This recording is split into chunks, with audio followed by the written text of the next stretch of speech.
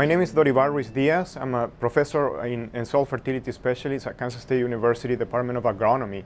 One of the projects we've been working on with the Kansas Soybean Commission focus on managing potassium in soybean. Soybean is a crop that can have high demands of potassium, especially as we are pushing yield potential in soybeans. However, there are a lot of unknowns regarding how we can manage potassium best, especially in some of the challenging soils that we have in Kansas.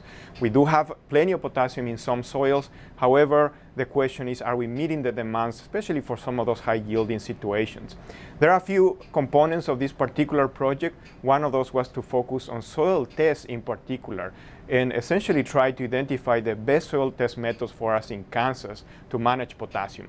Some of the traditional methods that we are using today are not necessarily well calibrated and often are not the best methods for some of our challenging soils where we are growing soybean today in Kansas.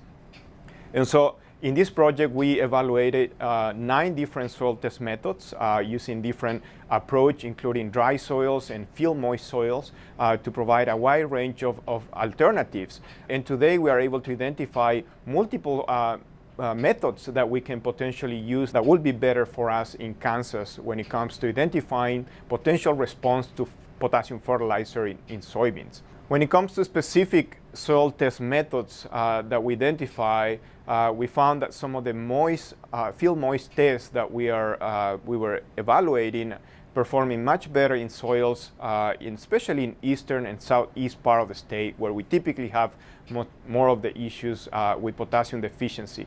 Some of those methods are relatively new that we were able to develop with this project, things like calcium chloride extraction, which is something that has not been used before in commercial labs. Methods are simple and low cost.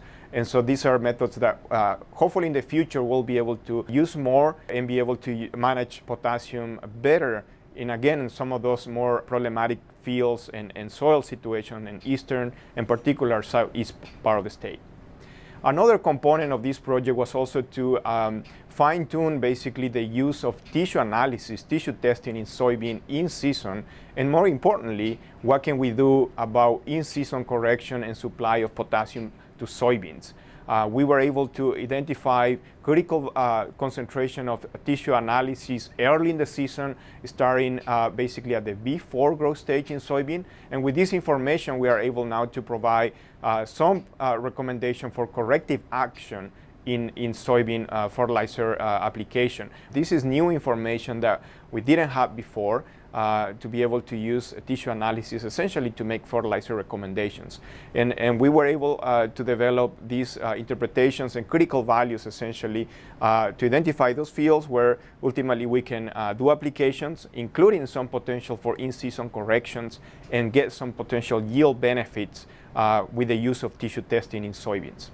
One other key component, as I mentioned, we do have some high levels of K already naturally in some parts of the state, especially as we move in soybean west. And in those situations, the question is, do we still get any benefit from any supply of potassium in those high yield environments in particular? We are able to identify with this project basically the rate of potassium uptake in soybean, specifically for those high yielding situations where we are taking up significant amount of potassium every day in those situations. And we are seeing some potential benefits. Yield differences are not necessarily there for those high testing soils. However, the potential to supplement potassium in high yield, high demand soybean environments is there, and we are able to identify those with this particular project. Overall, with the support of the Soybean Commission, with this project, we are able to develop today a much better guideline and understanding of potassium management to basically meet the demands of soybeans, which again is one of the crops that has one of the highest demand of potassium, especially again in high yielding environments. Overall, during the last 2 years of this project, we were able to evaluate 10 different sites with different contrasting environments, contrasting production systems, including rain-fed and irrigated soybean production systems. With this range of soil characteristics in Kansas and production systems, we are able to identify what kind of soils can benefit the most for more close management of potassium in particular, including pre-plant and also managing potassium in the rotation to be able to meet the demands of soybean that is in that particular rotation.